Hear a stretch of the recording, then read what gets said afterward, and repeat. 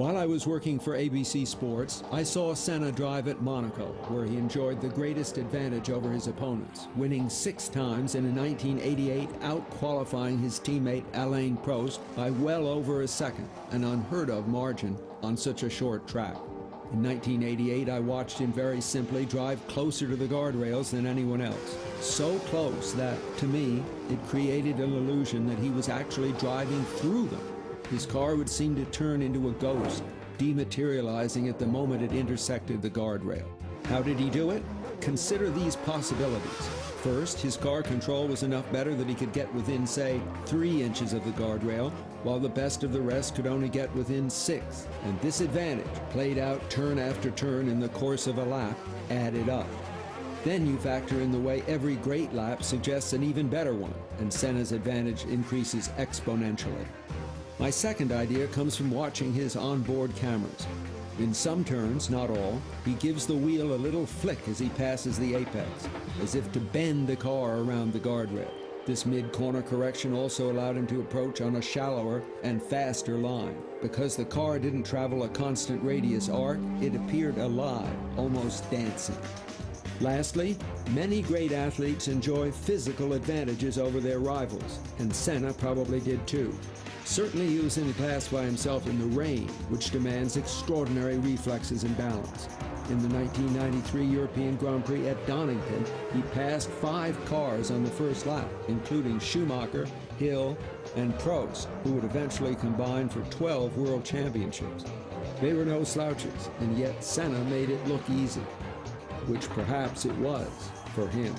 Senna spoke often about transcending consciousness and driving on instinct, what other athletes have called in the zone. But Senna's zone was on another level. This is where his mysticism and religious beliefs come into play. He would push himself into unknown territory where he believed his God-given skills would keep him on the road.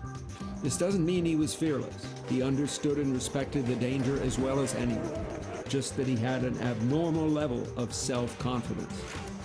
Every era has its legends, drivers who could do what no one else could. And in their time, all of these men were held in awe, as Senna is today. But maybe, just maybe, Senna was the best of the best. See the film. It will help you decide.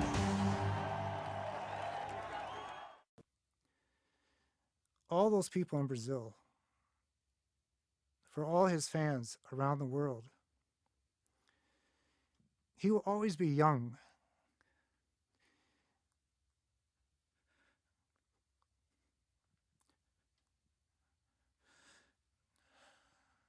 Ayrton Senna will always be fast. He'll never be old. He will always be the champion of Brazil and of the world.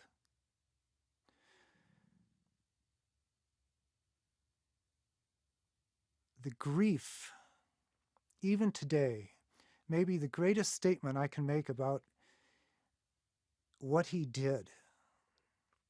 When I meet a Brazilian, soon after that, I have to say,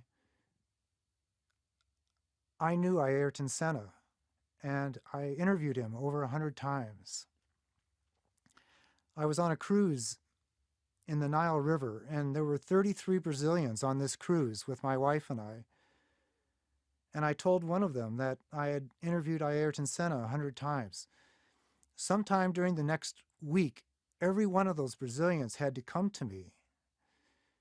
They had to talk to someone who had talked to Ayrton Senna. They even had to touch someone who had shaken hands with Ayrton Senna. It was like I had known and talked to and touched and shaken hands with God. And they had to do the same through me. These were people who were 8 and 10 years old when Ayrton won his championships. And as children, they were taught that this was one of the greatest men that lived with a Brazilian passport.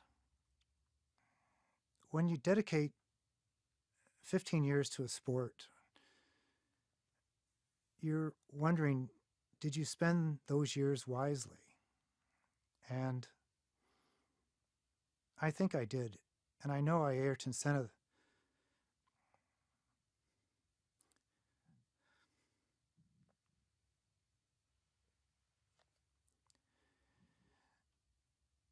and I know that Ayrton Senna thought he had. Can can you imagine? I mean, I would have loved to see Ayrton with children and grandchildren out on that beach. But can you imagine hearing a news report? Ayrton Senna dies of cancer after a long battle at the age of 50. I don't know. It's in some poetic, unjust way. It was almost fitting that he died in a race car.